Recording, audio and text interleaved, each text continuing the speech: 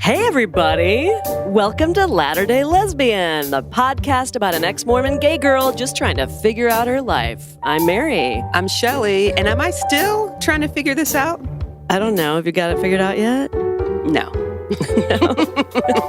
So this is an unusual episode today, Shelly. We have a really exciting show today because it's our very first guest on our podcast. Our very first, and we've had a lot of opportunities to interview people, but I'm telling you, I was saving this very first for a certain person. Okay, and who might that person be? My good friend, Sam Young. That's awesome. Yay. Welcome, Sam. Yay. Yay. So pumped. To be here. We're so happy to have you. And okay, so for people who might not know who Sam Young is, there are some never Mormons listening, not just me. Sam, who are you? Tell us about yourself. Well, I'm a man. I'm one of the few men that has an 8-pack, and only you and Shelly know about that. Yeah, Literally, you're the only ones that have ever seen it. Has my wife ever seen that? I will never be the same again. No. we won't tell her. So there it is. That's the most important thing to know about me. I have got a stellar 8-pack on my. All right. Well, thanks for joining us. And we're done. Join us again next week. Okay. Well, I'm a 66-year-old man. I was a member of the Mormon Church from age 8 until age 65. I was excommunicated a few months ago. So you are listening to a man that, according to my church, is going to the worst place possible. After I die, go to the worst place possible. So I'm going to live it up while I'm here. I'm going to make sure I always have that 8-pack on. Yes. All right. Yeah, it's like you're either drinking the 8-pack or you're wearing the 8-pack. We're not really sure. But I think we're going to be joining you in the worst place possible. So we'll just kind of continue the party afterwards. It'll be fantastic. Okay, so I was born and raised in Utah. I hit all the traditional milestones of a Mormon boy, served a mission in Guatemala and El Salvador for 2 years. And frankly, I still view that as a wonderful experience. It was a great 2 years. Married in the temple. I have 6 children, all of them daughters. At this point, they're all married still. One is going through a divorce that we're hoping to be finalized soon. I live in Houston, Texas, small business owner. So there you go. Okay, there you are in a nutshell. But you have a big story to tell, and it's an ongoing saga. Just because the church excommunicated you doesn't mean that your story's finished. And we want to get into all of that. I love that you provided an outline. I want to go down here line by line. So you say, it all started with my 8th grade slogan for class president. What does that mean? Well, this has to do with a little text exchange that Shelly and I had. Okay. But so here was my 8th grade slogan, and it got me elected. I am Sam. Sam, I am. I want to be your president, man. There you go. That's brilliant. That's brilliant. I'd elect you. You have my vote. But maybe more importantly than that, which I'm glad you got to be class president, but the next line on your outline says, in the summer of 1977, you met your first lesbian couple at your first gay bar visit. Tell us about that. So I was at Brigham Young University, and during the summer of 77, I got a job out in the middle of the desert working with a company. My degree was in chemical engineering, so this was an engineering company, but there were only like 3 of us out there. And this is a couple hours east of San Diego. So I would go over to San Diego on the weekends and do stuff. Well, one weekend I was alone on the beach, and I met a girl who was also there for just the weekend. She was with her mom. We got talking and decided we'd go out dancing that night in San Diego. I'd never been in the bar before. And so we asked people, where can you go dance? and somebody recommended two places. And the first place we went, since I'd never been to a bar, I didn't know anything, and I don't drink. She was not Mormon. She probably drank. I didn't ask her, but I didn't want to sit down. I just wanted to go directly out on the dance floor. So we did. All right. We just went straight out on the dance floor and started dancing. And I started looking around. That this is probably normal for my lesbian friends too. I started looking around to see what other cute girls might be on the dance floor. Normal, very normal. That's right. Yes. And it took me a few minutes to realize and process that there is not a single girl in the place. They're all men. And I'm looking around, oh, geez, this is kind of interesting. Now, I've never really been a person that condemned other people, gay people, but I had been taught that there's something wrong with gay people. They're sinners and whatnot. Yeah. So it was just kind of a shocker that I was stunned. Geez, what do I do? And after a couple of dances, I told the girl I was with, I says, I don't know if you've noticed this, but there are no other women in this place. We might want to go to another dance place we were recommended. So that was my first gay bar. That was funny. awesome. As we walked out, there were two girls walking in, and I stopped them to warn them. And I said, you may not know this, but there are only men in that club. There are no women. I think it's a gay bar. And they said, we know, and we love it here because we feel so safe. Oh, great. It's going to hit on us. And I thought, well, how interesting. Yeah. So when I've thought about you two or thought about coming on this thing, that sentiment registered in my mind that, these are two women I feel safe with. Yeah. I don't worry about that. Of course, I usually don't have to worry about women hitting on me anyway. but these two women, I'm absolutely safe with. Absolutely. So there's my first gay bar and the first lesbian couple I ever met. Oh my God, I love it. Do you think that early experience had any bearing years and years and years later? What did we talk about last episode, Shelley? Or it was two episodes ago. The policy. Yeah, the policy. The exclusion policy. Yeah. Did you think about that at all when you were viewing the exclusion policy and what that meant? Well, that's on here. We're going to come to the exclusion. Yeah. Mary's jumping ahead. I know. Well, is that where we get to summer 2014 questioning and compulsive research starts? Or is that something else? My reaction to that would not have had much to do with my first gay bar. Okay. Gotcha. I'm just trying to connect some dots that don't exist. A lot of water had gone under the bridge, which I'll share with you when we get there. All right. Okay. So what did happen in the summer of 2014? What were you questioning? That's next on your Well, I list. heard some things that I'd never heard of in all my years in the Mormon church. I was about as dedicated Mormon as there is. Yeah. My responsibilities, my calling took precedence over everything else. Mm-hmm. It was number one, and then my family and my job, which is I'm in business for myself. Yeah. So those two things came somewhere way down the list Yeah. from my calling. So I was super dedicated to that. And I had studied a lot of the church materials, but they're all whitewashed. And I started hearing some things that I'd never heard before. Like what?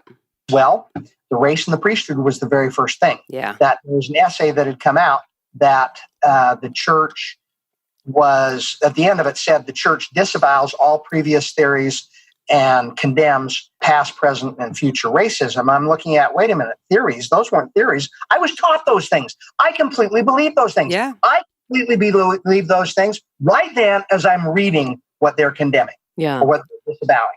So that was the first thing. And then all the other things came up. And obviously the essays brought up a whole bunch of those issues. Right. Then I started buying books and hiding the books and not letting anybody know that I was reading these books. And Were you, I'm going to throw this in there, when you were starting to discover there might be some things there that you were kind of iffy with, was it a feeling of being a little scared, like, uh-oh?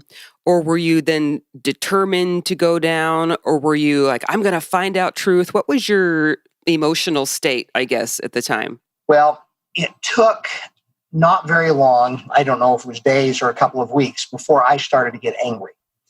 That I was taught things that were false. Yeah. I was taught these theories. They were doctrine, okay? I was taught these things, and now they're saying they've disavowed them, And then all these other things that I'm learning, I'm thinking, I've been in this church my entire life. I've dedicated my life to it. I've spent hundreds of thousands of dollars, tens of thousands of hours away from my family, away from earning a living. And I felt betrayed. I can remember a few months after I started studying all this stuff, they had a lesson on free agency. Okay, so free agency, how many lessons do we have on that? What a beautiful concept. And I sat there fuming in my priesthood meeting. I don't think I said anything, but fuming that as they're talking about this beautiful concept, in my head, you stole my free agency from me. Yep. You presented something that wasn't true or half true and left out all this other crap that I should have known, so that when I was making my decisions about where to spend my time and money. Yeah, you realize that you wouldn't have made those same choices had you been given all of the information. And that does bring up a lot of anger. That's an entire life of being obedient to something that has covered things up. And gosh, if I would have known all that, I wouldn't have made those choices. And I can't go back on that now. Well, I may have made some of the same choices. Sure. It may have not changed the choices, but I sure wish I'd had that information so that I could. I can't go back and say what choice I would have made. That's true. Yep.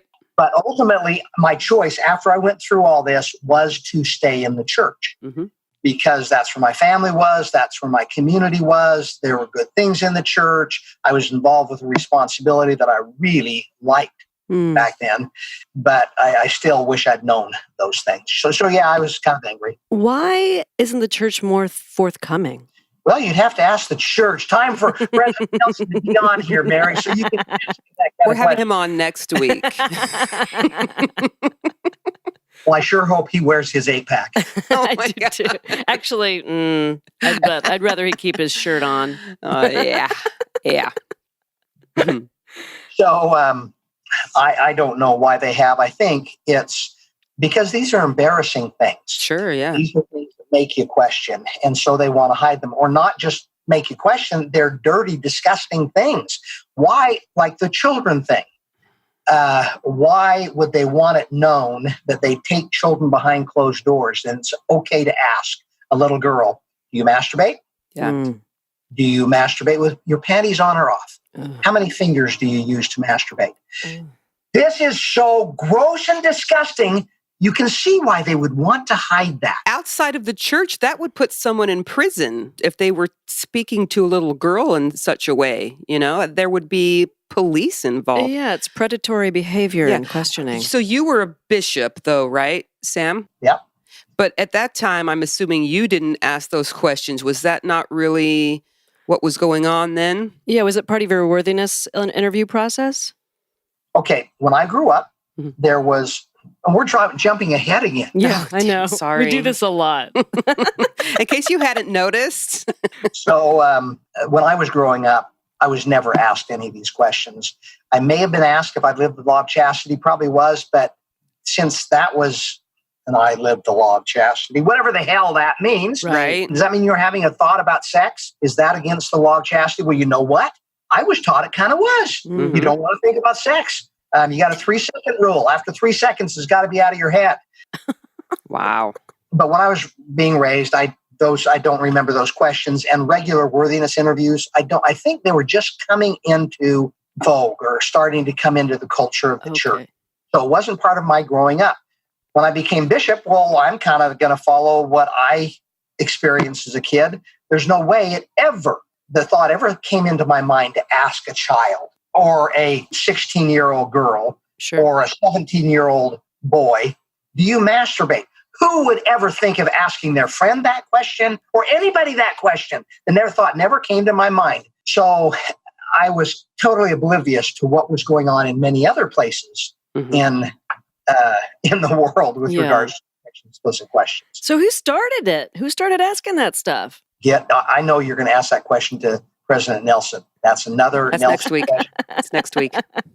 Well, apparently they started in the 60s with these interviews, and I've heard a researcher say that the church was responding to the sexual revolution in the 60s and 70s and felt like they needed to be more explicit when they started talking to kids about sex. So I think, I really don't know the answer to that question, even though I've been so involved in this. Yeah, okay. I know we were jumping around and we're getting ahead. Do you want to back up and talk about some of these other things on your list? Or you want to just stay on this train of thought? I'll do whatever the interview wants. All right. Let's do the list. I love the list. You love the list? It's very organized, and then we Okay. can jump around. And All right. Well, the questioning and compulsive research started in 2014. You want to elaborate, Sam? Okay, so I was reading literally 4, 5, 6 hours every single day. And it usually started at 10 o'clock at night when I got in bed and went on from there. It was a compulsive thing to learn what I was involved in. I eventually decided to stay in the church. I felt like I could follow Jesus Christ in the Church of Jesus Christ. Turns out that's pretty hard to do, but yeah. I figured I'd give that a try. I did have a Temple Recommend interview in 2015. They do that every 2 years. And one of the questions is, do you affiliate with or support any groups that disagree with the church or something like that? And I said, yes, Wow. I support gay marriage. Now, gay marriage was not legal yet. Right. The Supreme Court hadn't weighed in yet, but I said I support gay marriage. And we talked about it, and the good for the stake president, he decided to grant me the Temple Recommend, even though I support it. I wasn't saying we should have gay people getting married in the temple. Right. I was just saying I'm not opposed to that. I think it should be the law. And it was just a few months later. Yeah. You kind of won that bishopric roulette round, because I know that my bishop, I actually asked him back when I was still a true believer. I was like, so what do you say when someone comes in and they think that gay people should be allowed to get married? And he said, well, we're going to have an issue. We're going to have to, I don't want to give them a recommend. So it's just really depends on your bishop. So it's so by chance, you know? Well, my interview for my recommend on the ward level is for the council, and I didn't tell him that. I just answered yes to all the questions or no, whatever the right answer was. But with the stake president, we had already been discussing some things with regards to people that were struggling in the church, and I was trying to do a support group for them. And so I felt like I wanted to be more open with him and put that on the table, that I support gay marriage. But I did win the lottery then. I kind of lost the lottery with the same guy 3 years later. Oh, wow. You can't win them all, Sam. What were some of the books you were reading starting at 10 o'clock at night? Well, I used to have them stacked up here in my office, but like Fawn Brody's book, No Man Knows My History. They're all historic books about the church history that were not written by a church historian. So Interesting. anti-Mormon literature. Yeah, well, it was unwhitewashed literature. Right. Yep. Yeah. Interesting. You want to go to November 15th? Let's do it. So I decided to stay in the church, but then November 5th, 2015, a policy was leaked where gay couples were now going to be called apostates, and their children could not be blessed or baptized or do any of the benchmarks in the Mormon church until they were 18. And at 18, they had to disavow Right. their lifestyle of their parents. When I heard that, I was on my way to work. When I heard that, I pulled over to the side of the road. Jesus, it's bringing up the same emotion. Let it out. Let it out, Sam. It's a safe space. I was angry. I was crying. I was sad. I just could not believe that my church that had lied to me for all these years, that has a ton of good people in it, but my church was doing something despicable like this. Mm-hmm. I pulled over, processed it, and then I drove to the department store. I bought boxers. I took off my garments, bought boxers for the first time in 40 years, or 45 years since I was a teenager, and decided I am leaving. Wow. Wow. No way I'm going to stay in this church. So that night, my wife found out I didn't have garments on. Kelly can probably relate to this. Mary, you can't relate to this at all. No. But for somebody to take off their garments, it is a gigantic shocker. Oh, Okay. There is something way wrong with that Yes. person. Yep. Wow. Her husband that's no longer in his garments. So I explained it. We talked divorce that night. I didn't Wow. want divorce, but she brought up divorce. And because she was so shocked by it, well, there's no way I was going to let my underwear stand between me and my wife. Right. Yeah. So I put my garments back on. I decided I'm staying in the church. I'm going to do whatever I need to. I can make that sacrifice of boxers versus the wonderful, magical Mormon garments. They're so sexy, by the way. I should borrow a pair from a Mormon friend and let Mary check me out in them. They're so sexy.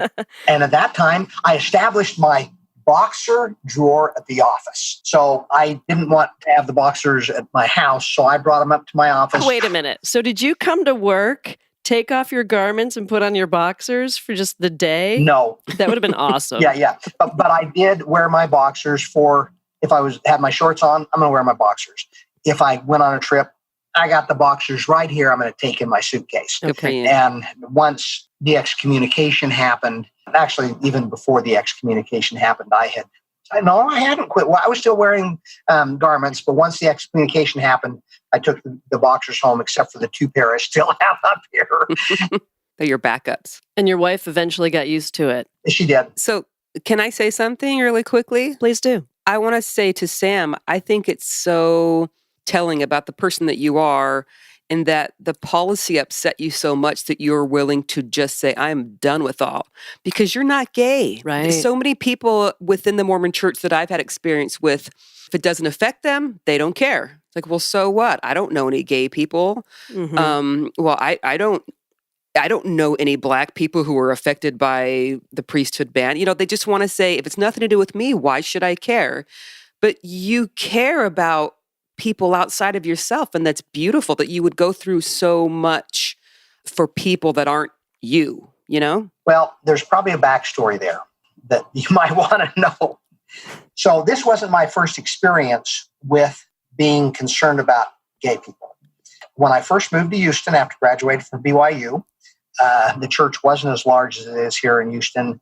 Now there was no singles wards, but there was a small group of singles. So we did stuff together, and one of the fellows in that group became my best friend. And one night, we drive back, dropping him off at his apartment. He said, Sam, I'd like to talk to you for just a minute before I get out of the car.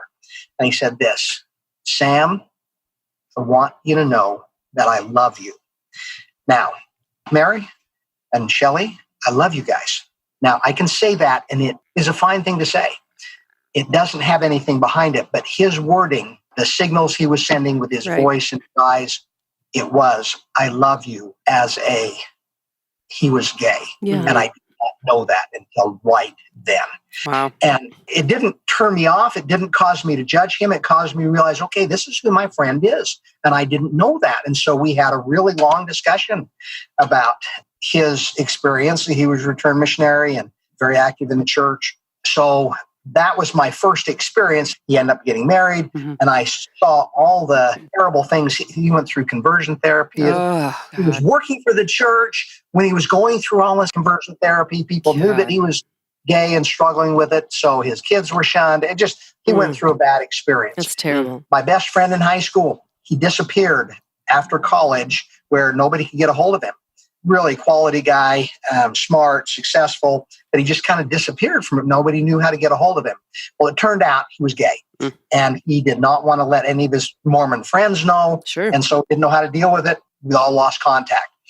I managed to get in contact with him 2 years before this, and I found out he was gay and found a way to get in touch with him. I made up some fake trip to go to California. I said, I got business there, Greg. I'd like to come visit with you. I want to come see you.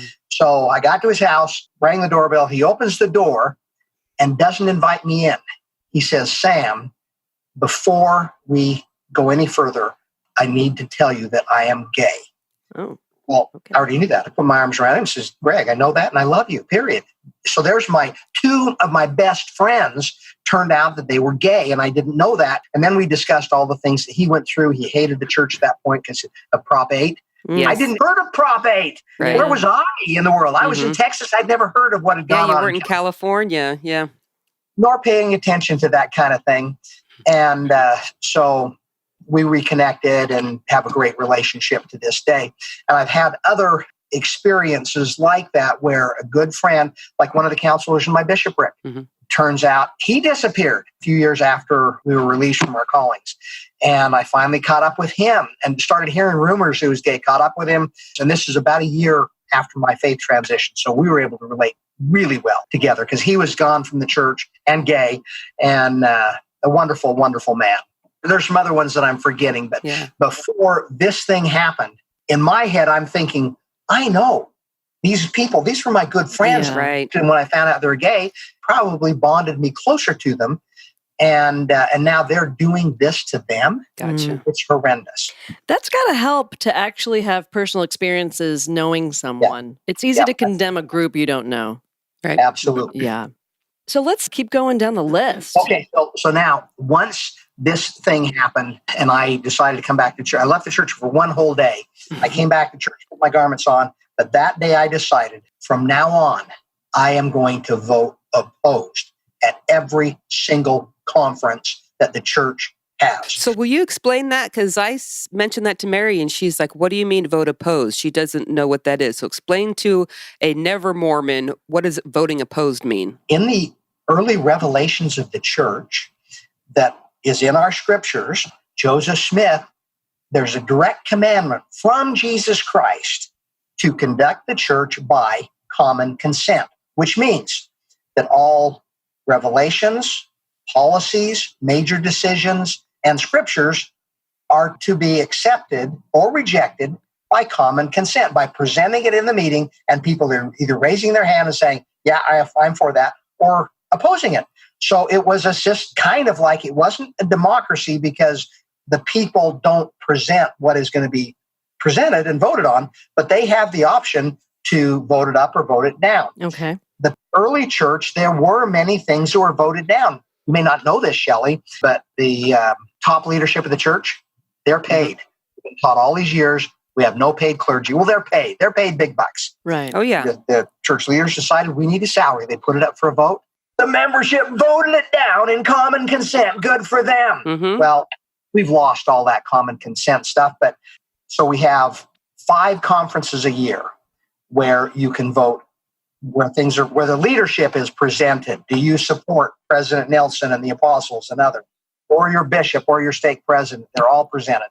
And from that day forward, I decided I'm going to vote opposed. And you never see anybody vote opposed. In my entire life, I've never seen anyone vote opposed in my 40 years of going to Mormon church services and general conference, stake conference.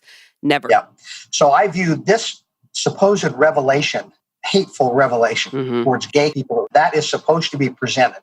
So I'm voting against the apostles, against the president of the church, against the general authorities, because they're not putting this stuff up for a vote. Right. And I'm voting against that. Right. So I voted opposed at every conference. Good for you. Until my excommunication. What was the reaction from friends, family, anyone who saw you voting opposed? Were they like, oh, there goes Brother Young again? Well, I think people don't like to talk about stuff like that. It is so true. Oh, nobody brought it up. There you go. I sent a letter to the stake president and the bishop every time saying, here's the things I oppose to. And initially it was, I'm opposed to this gay policy and that we're not using common consent. Mm-hmm.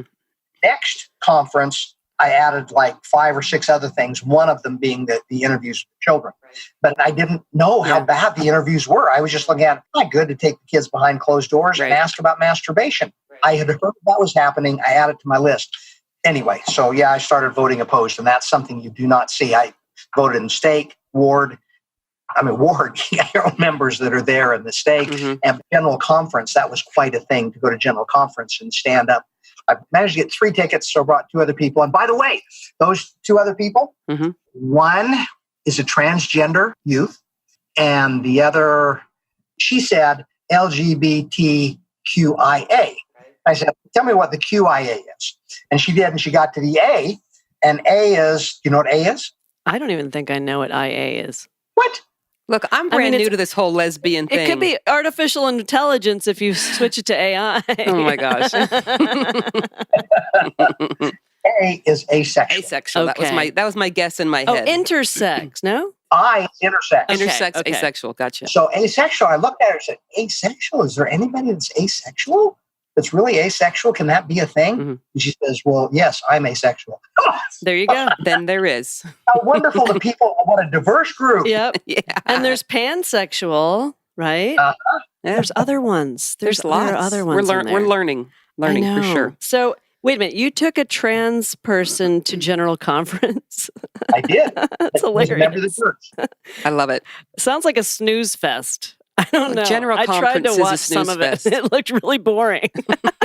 We would have made your experience more interesting because we stood up and shouted, opposed. Okay, nobody is going to see you raise your hand. Yeah, you got to say something. Nice. 20,000 people raising their hands in favor Mhm. and 3 people standing up and shouting opposed. That's fantastic. So I cherish that experience. Mhm. Oh, yeah. My last 3 years in the church voting opposed. I remember reactions from my family when they saw people voting opposed in General Conference because you can hear them yell opposed when you're watching it on TV. And their reactions were, this is not the time or the place. These people if you just move on, go on and leave, keep your mouth shut. And then you want to say, well, yeah, common consent. This is actually the place where we should be saying opposed. This is the place. They're always saying it's not the right time and not the right place. This is supposed to be a gathering of spirituality. Like, no, you're asking us to vote, so shouldn't we be allowed to vote? It is a commandment in the scriptures, if you're concerned about commandments at all, that supposedly says from Jesus Christ. Mhm, yep. Well, it sounds like at some point Mormonism changed from what Joseph Smith envisioned to what it is now. Well, and some of those changes are really good. It's a good thing we don't have polygamy anymore. Yeah. But yes, it continues to change. The church is not the same church that I grew up in. Yeah. 50 years from now, it'll be completely different from what it is today. It will move with society's norms, just decades behind society. Right. Mm-hmm. So let's keep going down Okay. the list. Okay. So we talked about April 2016, right? And Mhm. then start blogging about common consent. So you started a blog. Yep, I started a blog, and I was blogging mostly about common consent and LGBT. And I didn't have the term LGBT yet. It was gay people. Mhm. Okay. And I probably didn't feel comfortable yet saying lesbians, but now I love that. It's my favorite word. Sometimes we say lesbo, you know. By the way, it's a fine word for me to use, but I still have in my head, I hope I'm not offending them by using the word lesbian. No, No, we're good. You would have to work really hard to offend me, actually, about just about anything. That's true no. about Well, her. I tried really hard at the beginning. To offend her? I was trying to offend you there. All you did was With turn your me fake on. six-pack. All I you wish did we- was make me question my sexuality. Really? With his plastic six-pack? Now, I wish we did have video going to be able to see that. Oh, I took a picture. Okay, we'll have to post that. Now, what happened to plastic 8-pack?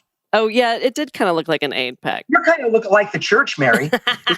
You're changing. Changing with the whims. We didn't get to vote on that change, No, Mary, that's true. because I would All have opposed it. I So let's take a short break and then come right back to the interview. What do you think, Shelley? love it. Okay, be right back. And we're back. Okay, so you started feeling like you got to do something. You started a blog, right? Sam, tell us about what happened in your brain. What were your intentions? So the blog, I wanted to start talking about common consent. But frankly, back then, I was nervous to let anybody know I'd voted opposed. When I started the blog, I'd already voted opposed once, but nobody knew that. Mhm. And I wasn't ready to let anybody know that yet. I was building up to that. Let me talk about common consent for a few months and work into it, and then eventually talk Mhm. about that I voted opposed. Because my first opposed vote was in General Conference that was broadcast to the stake center. Well, nobody goes to the stake centers anymore. There were 16 people there besides myself. 12 were missionaries. They saw Oh, I somebody bet. vote opposed for the first time in their whole life. And then there were 4 other people there. So that was the reason I started the blog, was to introduce common consent, build up to that. But I'm voting against what we're doing to gay people. And so I want to start talking about that too. And so, yes, I have a blog with the catchy name. It's more catchy. You know, Latter-day It was Lesbians. Mary. She's brilliant. Where did you come up with that? I've been in marketing a long Okay, time. Mary, Latter-day Lesbians. You probably ought to follow my good sense in marketing. My blog is called Invisible's Cubit. If you do anything with invisible or invisibles or invisibility cubit, it comes up. Okay, let's keep going down the list. June 17th, 2016, in response to the Orlando gay nightclub shooting, what did you do? So this was a horrific event. where I think it was like the largest mass shooting that had happened up to that point in U.S. history. And it was a gay nightclub.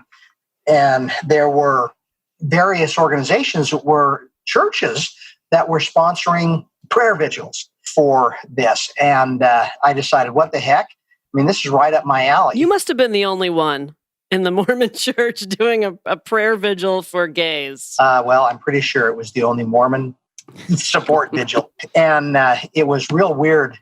I learned what the gay agenda is, by the way, that you guys can't fool me. I know you have an agenda. To be fabulous. But to my bishop and stake president saying, I'd like to hold a prayer vigil, and can we use the church? And you don't want to wait weeks for this to happen. We held it like 5 or 6 days afterwards. But I immediately started talking to them, can we use the church? Well, no response, no response. Well, if we can't use the church, can we use the parking lot? No response, no response. Finally, I reached out to somebody that has some power, and the stake president responded to me and basically said that we can't have access to anything, and then sent out an email that he copied me on to all the bishops. And now I've got mine on the schedule. Okay, I've got it on the schedule. I just didn't have a place. But once he told me no, I went and got a place. But he sent an email out to all the bishops in the stake saying that if anybody wants to go to a prayer vigil, there's one being held at the Methodist church, this church, that. But what? I got one. We've got a Mormon one. And you're sending, if anybody should go someplace else. Wow. We want nothing to do with those gay people. So I started trying to get down to why in the world are we doing this? And somebody's got a very substantial connection with the general authority. Finally wrote back and said, it's because of the gay agenda. Gays have an agenda, and if we give anything on this, even a prayer vigil, it advances the gay agenda. And I'm looking at, well, what's the gay agenda? So then I started asking my gay friends, what's the gay agenda? What's a made-up, stupid, idiotic thing that nobody knows what it is? Before I came out, I understood the gay agenda to be that we were trying to ruin the traditional family. Yeah, like, well, what? Yeah. How Whatever do we do that? Well, I don't know. I keep trying and it's not working because I don't know how to do it. Yeah, what would that entail? Is that why I'm on here? Shelley, did you invite me? That's it. I did. I think you need to look Make my deeper marriage fall inside of your apart. feelings. I think we're out to recruit people. Is that what it is? That's what it is. You know, there is this common belief with the old school Mormons that gay people recruit young, straight teenagers and make them gay, which is ridiculous. Well, we don't ask them inappropriate questions like, do they masturbate and how many fingers do they use? Good I've point. never done that. I never have either. Good Lord. Those men who ask those questions should be ashamed of themselves. Yep. I don't care what stake president said you needed to ask it. You should say, no, I'm not going to ask it. No, exactly. I was never told to ask explicit questions, told to ask about masturbation. I don't know what I would have said. I hope I wouldn't have been obedient enough that I'd say, oh, yes, I will ask the girls how many fingers they use. Yeah. I hope there are more people like you, Sam, that would also say, no, that doesn't sound right. I'm not going to do that. But before we get there, did you get to have your Mormon prayer vigil? My Mormon prayer vigil supporting the LGBT community. Yes, absolutely. In fact, we had 3 former bishops, me being one. We had 1 sitting bishop that came. We only had 1 gay person that came. He was the executive secretary in his ward, which is pretty cool, but he was also married. Of course. Yeah. It was such a wonderful spiritual event. It was great. Why It was great. don't more Mormons think like you? Mary, you keep confusing me with President Nelson. Well, we haven't had him on yet. He's not coming on till next week. Okay. Well, here's the deal. I think there are a number of Mormons, probably a lot of Mormons, that think the way I do in a lot of things. But we have a culture that was not that familiar with. We have a culture that it is scary to say anything beyond the norm. You don't rock the boat because there's repercussions. Yeah. But I had rocked the boat before, but I rocked it as a total 100% believer. One time when I was bishop, we had a woman that was baptized. She was in a wheelchair, and she came to church once. Then she was baptized. And the next Sunday, she came to church, and she said, Bishop, I don't think I can come to church anymore. Now, I was devastated. Why can't you come to church? She said, well, you have no handicap bathrooms. For me to be here for 3 hours, I don't trust myself. I'm afraid that an accident is going to happen. Oh. So she could come into church. We had another fellow in the other ward that was also handicapped, but he came on a stretcher. So every Sunday he was brought on a stretcher. And talk about him going to a bathroom with no handicap. So I asked, how do you handle this? And he said, well, it takes 6 men to take him to the bathroom, and it's really cumbersome. So I was the agent bishop. And Mary, since you might not know what that means I was the bishop in charge of the building. There were 3 wards that met in that building, but I had the responsibility for it. So I said, okay, we got to get a handicap bathroom. Again, I thought it was a no-brainer, right? So I put the request into the stake. 6 months go by, and finally I decided this is crap. When's the next handicapped person going to be baptized? And when are they going to drop the guy on the floor that 6 men have to carry into the bathroom? I am the agent bishop. I am going to build a handicap bathroom. So I had a guy on the ward. There was a construction guy come in, gave me an estimate of $16,000. And I said, Barney, great. I'm going to do a fundraiser next week, and we're going to build a bathroom. So I called church headquarters. I didn't call my stake president. I'd already gone for 6 months and nothing had happened. I called church headquarters and asked for the architecture department or whatever department it was. And I said, I'm not calling for permission.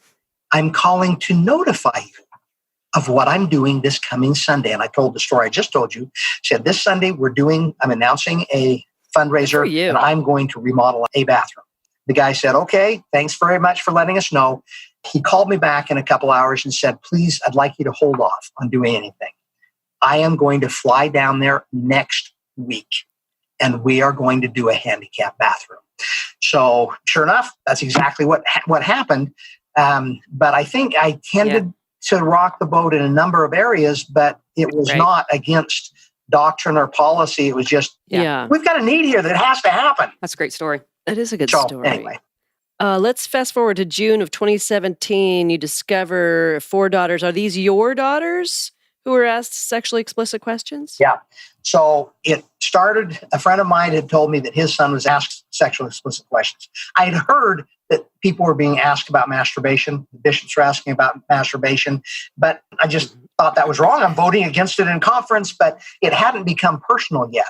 So when he told me, and I trusted him, my kids grew up with his son, I asked my children, and 4 out of the 6 were asked sexually explicit questions. The first one that I asked, I don't think I'd ever pronounced the word masturbation in my house before this point. We certainly haven't talked about it, and I probably should have. I felt uncomfortable talking to girls about it. But anyway, so I asked her, honey, and she was 27 at the time, so she'd been out of Young Women's for a little less than 10 years. And I asked her, did the bishop ever ask you if you masturbated? She said, yes, Dad. Oof, wow. When I was 12. I didn't know what it was. I asked my friends. They didn't know what it was. So I went to the internet. I Googled it. I found masturbation. I found how to do it, what it was, and I found pornography, Dad. Wow. Were you ever asked that question again? Yes, all the time for the 6 years that she was in the Young Women's. Did you ever lie about it? Yes, Dad, like most of the youth lied about it. So here I've got a child that was, whatever trauma she went through for 6 years, when I was absent, I trusted what was going on. Yeah. And so she was traumatized. She was introduced to pornography. She was introduced to things without support or understanding. She was being made to feel like she had to lie, too, because that's a very embarrassing thing. And she was forced to lie, like so many kids end up lying. When I found that out, I mean, I went to bat for the handicapped lady that struggled to go to the bathroom without a handicapped toilet. That's right. Yeah. There's no way I'm not going to go to bed for my kids. Well, and she also discovered porn as a 12-year-old, and that might have never happened, or at least not till, years and years and years later, if it weren't for this line of questioning. Yeah. I remember asking my 2 boys after Brent and I left the church. They were probably 15 and 13, and I asked them, had they ever been asked by the bishop if they masturbated, and they told me yes. And I just said, I am so sorry that I trusted the bishop of the ward to be appropriate with you. He never should have asked you those things. You will never have to go through anything like that again. And I'm so sorry. Good for you. It's just shocking. And you're like, what? And all you can do at that point is apologize to your child and then try to stop it from happening to other children, which is what you're doing. Yep. I don't think that should be asked of anyone, no matter your age, but it's so much worse for children. They're innocent and they don't even know. And then when they have to find out what it is because they are like, well, I don't want to lie to my bishop, then they discover it and there's no adult there to talk to them or make them feel okay. And then they start lying about it. And then they feel like, oh my gosh, maybe I'm addicted to masturbation or to porn. And then the suicidal thoughts. I have a good friend actually whose child became suicidal by age 16 purely because he had been lying to his bishop for years because he masturbated. Just destroyed his self-esteem. Yeah, there's all kinds of damage. Self-loathing, extremely common outcome of this. And then the shame that you wrap around sex. Your mind is just starting to think about sex. Your sexuality is not formed yet, your views of sexuality, but now you are wrapping shame around that sexuality. And so many people, it takes decades. It haunts them into their marriage, into the marriage relationships, into the marriage bed. You mentioned the suicide. So I've collected well over 1,000 stories that I've published, several thousand besides that. But in the stories on the website, over half of them say that they started thinking about suicide. Yeah. We're doing this to we have the Mormon church has a suicide problem in the church. I mean, suicide's growing for kids across the country, but in Utah, it's a lot bigger growth, and it's just huge amongst the kids. And yet we don't care that, hey, here's an outcome. Kids start thinking about suicide when we shame them with regards to sex. Yeah, it's infuriating. I mean, well, we'll get to this in a minute, but while I'm thinking of it, while you were being excommunicated and everything, I think it was not long after in General Conference or whatever, they were talking about this huge revelation that don't call the church by Mormon anymore. And this is this big revelation. And I'm thinking, does God really care so little about the children that he's telling the prophet what the name of the church should be and not telling him, stop these interviews? You know? Well, that's true. That does kind of seem like a shallow relationship with your creator, if that's the conversation you're having. Mm-hmm. Who cares? Fuck that shit. Fuck that shit. Okay, but give me the GD word again. God damn it. Fuck that shit. That's what I want to say right there, that really God cares about Mormon, the word Mormon, and he doesn't care about kids committing suicide, doesn't care about the kids starting to think about suicide. That is the silly, stupid, puny, dinky, nothing revelation that God's going to give. Is just silly. Thank you for excommunicating me from that kind of crap. Yeah. It blows my mind that people will still insist that the prophet speaks for God. All that can make me think is, your God sucks ass. Yeah. Well, he's a petty, shallow asshole. Yeah, let the kids kill themselves, but if you say Mormon, that's a win for Satan. Like that, how do current Mormons not process this? Mind-boggling. So we can chuckle at it, find it comical. It's so sad. It is. But then you have the level of the damage that's being ignored. Well, the good news is here today, Sam, is you are doing something about it. Let's talk about what that is. Okay. Hey, well, thanks for that introduction. First of all, we did a ton last year and accomplished an awful lot. In fact, personally, I lost 35 pounds. Yeah, I want to hear more about the hunger fast. I gained 40 pounds back. Found it and then some. Okay, so we did a ton of stuff last year. It has saved children from a couple standpoints. Number one, the church did make a change. It was a minor change. They said, if the child desires, the leader may allow a second adult to be in that room. If the child desires. So they put the protection on the child. They don't understand what the hell's going on. The parents normally don't understand all the damage that can be done to the kids. Yeah, why would the child? No. Okay, you can have somebody else in that room. That's good. So parents say, look, no interviews one-on-one. It's hard for the bishop to contest that. But that's a minority of the interviews. But still, there are interviews that are happening where two people are present. But the big thing, it's raised a lot of awareness. So many parents are saying, okay, no, this is not going to happen to my kid. There have been people who have taken their children out of church. There have been people, active members said, no interviews with my child. But again, this is the minority. But at least it has raised awareness that some changes are going to be made. Okay, so this year we've got some amazing things planned. We've expanded it from protect LDS children to protect every child. I love it. We are not the only church that has this issue. Yeah. We're probably the only church where we're going to take a girl behind closed doors and talk to her about the makeout session and ask her, did you get wet? Mm-hmm. God damn it. That's what I want to say. How can we tolerate that? Why isn't every leader and parent calling that out and saying, you cannot ever ask those kind of pornographic questions? Ever. Not with shame and by some guy that is totally untrained. Ugh, it's horrifying. Okay, but so we're the only church that I know of that does that every 6 months, pulls a child in and talks to him about sex. And they are mandated, by the way, to talk to him about sex. They are told to ask every child, do you live the law of chastity? That is a sex question. Yes, it is. You don't know what the kid's thinking when that question is asked. Like I said before, is it, geez, I thought about sex the other day. All kids are going to think about sex. Sure. The vast majority are going to think about sex. And they're going to wrap shame around that right there just by asking that question. Oh, yeah. If you have been sexually abused, and I heard this over and over by kids, and the stories are in the book, that were sexually abused, and the bishop asked them the question, are you living the law of chastity? Well, the kid knows he's not, or thinks he's not, because he's having sex with some older guy and has for the last several years, but they can't say anything about it.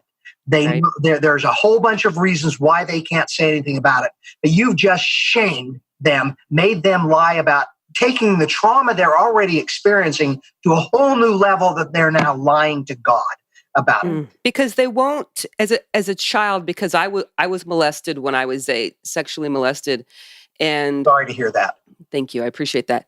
I didn't say anything until I was in my 20s because at that age, the person who was doing it was older than me. I looked up to him.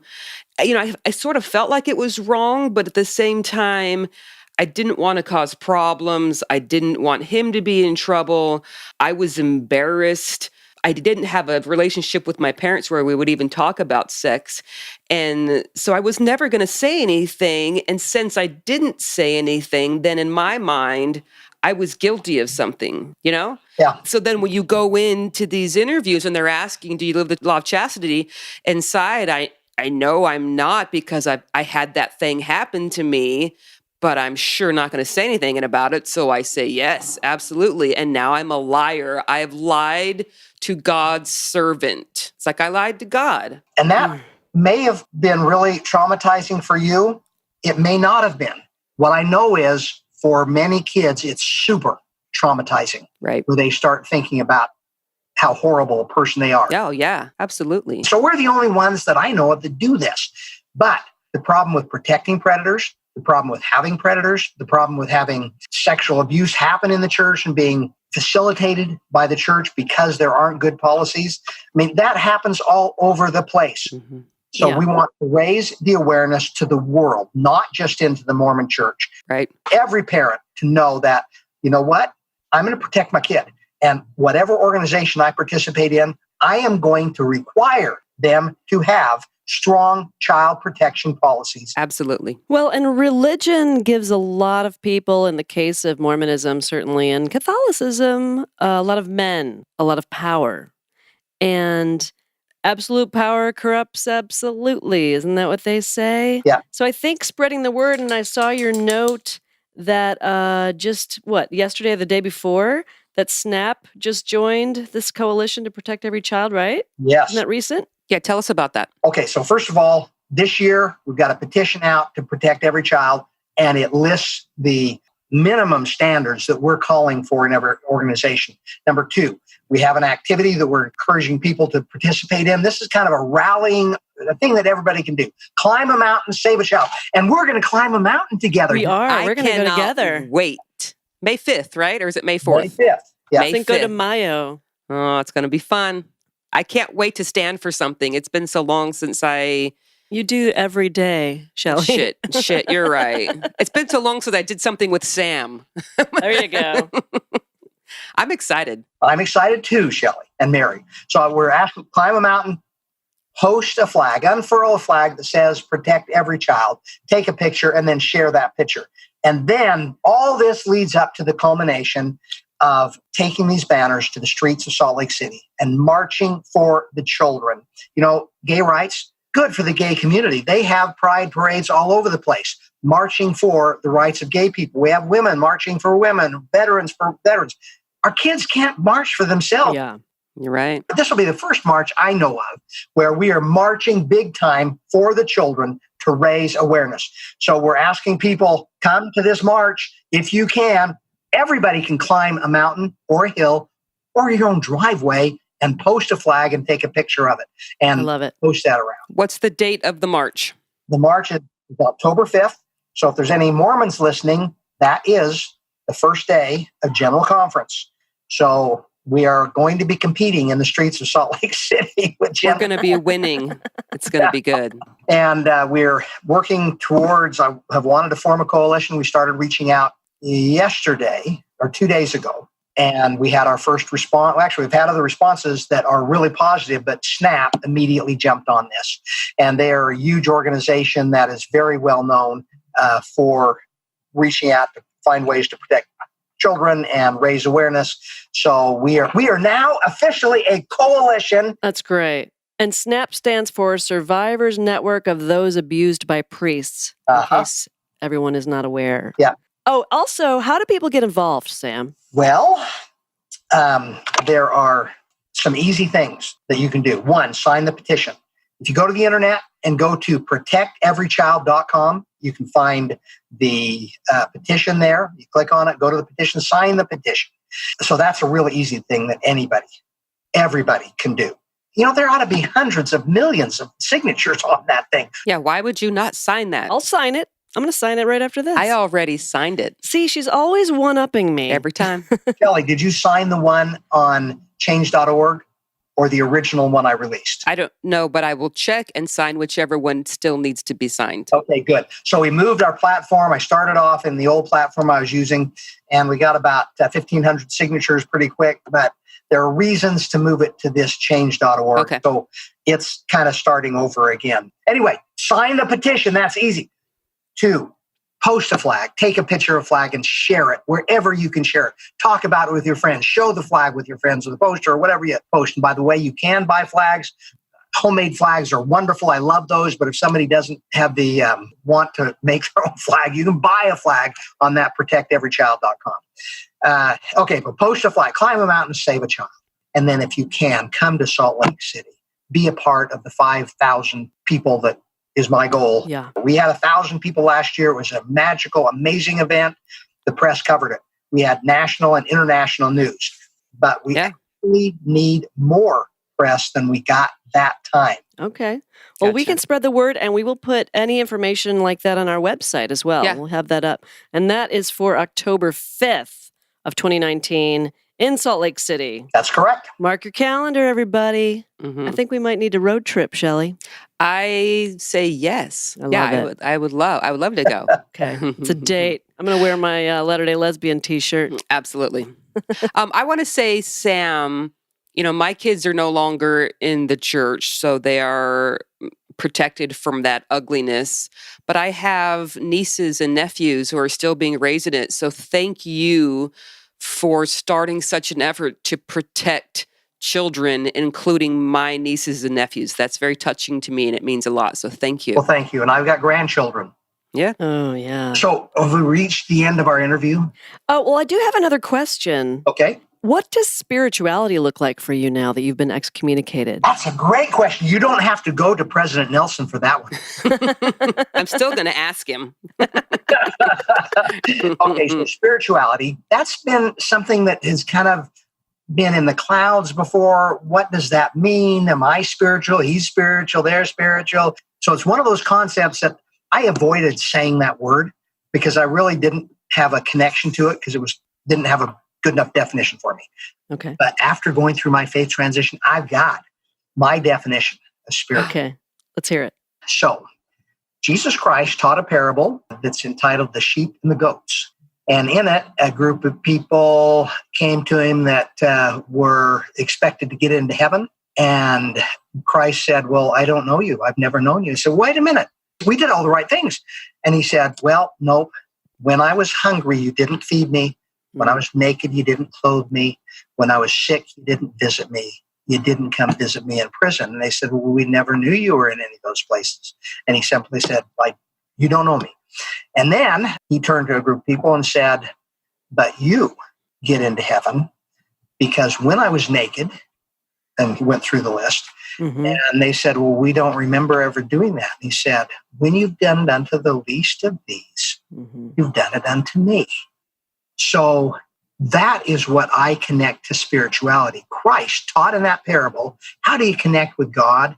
Well, you don't connect with God by talking about God and saying you know God. You connect with God by interacting with those on the margins, those that are needy, those that are vulnerable. And who did Christ hang out with? He hung out with the vulnerable in society, the outcast in society. Yeah. So there's my definition of spirituality. I feel a spiritual connection when I am with somebody that's needy. And you can't always assess the need from the outside. But when you start talking to somebody, or if I don't say a word and somebody talks for an hour, I know they're needy. I know they needed to express and share whatever it was that was inside of them. So I connect through the hungry, the homeless, the naked, and so on. So I love it. That's how I view spirituality today. That's a great beautiful. answer. Thank Beautiful. you. I love it. It has been such a pleasure having you on our podcast, Sam. We're so happy that you joined us. Maybe we can have you on again sometime. Oh, it's very nice of you to say. Yeah, I think would love maybe we that. should plan it again so we can tell people all the progress that this movement's made because it's clearly making some waves. So awesome. Hey, well, looking forward to seeing you guys in a couple of weeks, and thank you. Yeah, can't wait. All right. Thanks Thank for you coming so much, on, Sam. Appreciate it. Take care. Bye-bye. We'll talk soon. So that was amazing. Loved it. What was your favorite part? Can you think of one part in particular that you loved? Just no. Okay. Just getting to know Sam better and because I have never spoken to him in person. Right. Well, not that it was in person, but Well, you guys text. right. Uh-huh. So to actually hear his emotion and see his face and see how committed he is to this cause was really cool. No, that was. It got me kind of riled up too. Like I really want to be part of this thing. And we have some stuff planned. Yep. That we're going to go into in just a second. So at first it was really funny because, and our listeners don't have the benefit of this because this was a Zoom conference, so we could see him. We didn't end up recording us. It was too much for me to handle. But when he came on the line, he was wearing this fake 6-pack. So he had his shirt off or unbuttoned and he had this like plastic like huge muscles. It was a joke. We had to postpone one time recording and he said, well, good, that'll give me more time to lift weights and get muscular for you guys. Oh. That's where it started. Okay. That's pretty funny. So yeah, he referred to that a couple times throughout the interview and probably some of our listeners were like, 8-pack. What are you talking about? Now you know. You guys drink beer? Well, we were. Do they come in 8-packs? I don't know. Maybe they need to. A little more bang for your buck. That's what I'm talking about. It also kind of made me laugh that he kept wanting us to swear for him because he doesn't swear. Right. But he wanted that emotion. Yeah. Oh, we gave it to him. Oh yeah, we sure did. We didn't disappoint. I'm kind of a professional swearer at this point. I mean, you probably could get a side gig swearing. I think. Ooh, that reminds me of a story that we will save for next week about my dad. Oh, speaking of swearing or speaking of side Speaking gigs? of swearing. Okay, we'll save that. Mm-hmm. So yeah, you had mentioned how we were going to get involved on May 5th, Cinco de Mayo. Mm-hmm. We are going to be joining Sam in Harper's Ferry, West Virginia Yes. for a hike, right? Yep. It is called Climb a Mountain, Save a Child. Yes. And this is his cause to get awareness for the situation of these children being harmed by these horrible practices of sexually explicit interviews. Yeah. And he was encouraging people at home to get involved by climbing a mountain or a hill or your driveway. Yeah, whatever, anything. And posting a flag Mhm. that says protect the children. Yes. Right? Get it all over social media. Get the word out. Yes. We got to come up with some flags. I have the flags. I ordered them. You can order them off You of his did? website. Yeah, Gosh, they're you're upstairs. so on top of things. I know. It's amazing. I am amazing. Yes, you are. So we have added Sam's initiative as well to our Patreon tithing fund. Yes. Did we talk about this last week? We didn't talk about Sam. We talked about Encircle. So You're right. now we have two. We've got encircletogether.org Mm-hmm. as well as protecteverychild.com, which is Sam's program. And 10% of our monthly Patreon funds will be going to those two organizations. And we'd love for our listeners to join us. Yeah, we decided we wanted to pay it forward. I think we're lucky enough to be in a position where people listen to us and will contribute to things that they feel are worthwhile. And so we thought, you know what? 10% of everything we get in on Patreon will go toward those two causes. Yeah, we feel really good about those causes, and we are tithing, Shelley, which gives me some pleasure there.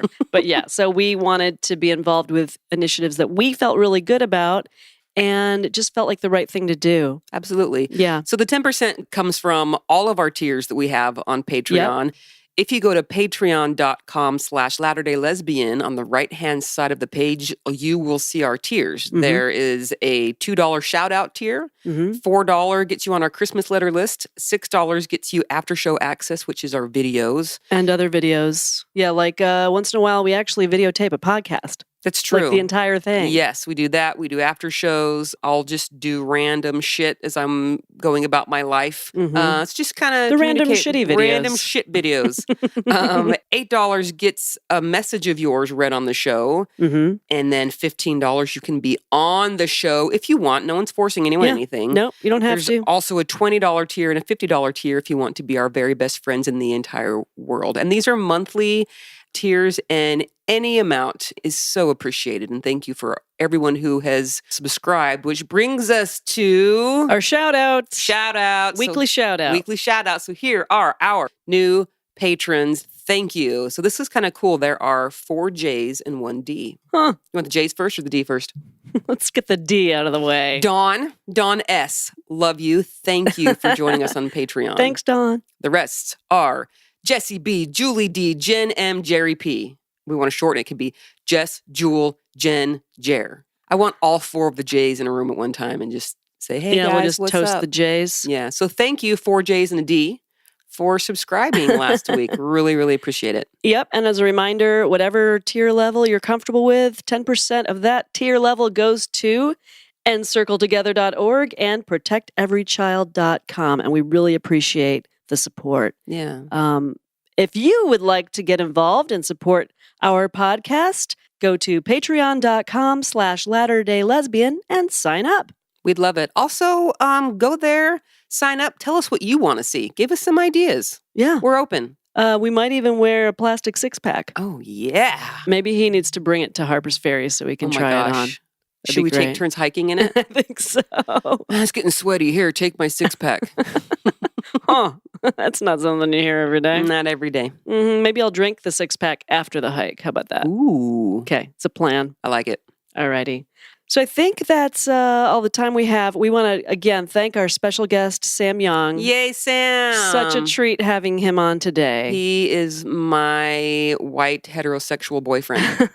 I love him. Okay. Mm-hmm. I will beat him up at another time. Just Not kidding. if he's got the 8-pack. No, that's true. That's true. Okay. So that'll do it for this week. Until next time, remember, steer clear of cults because they are no joke. No joke. Talk to you later. Bye-bye.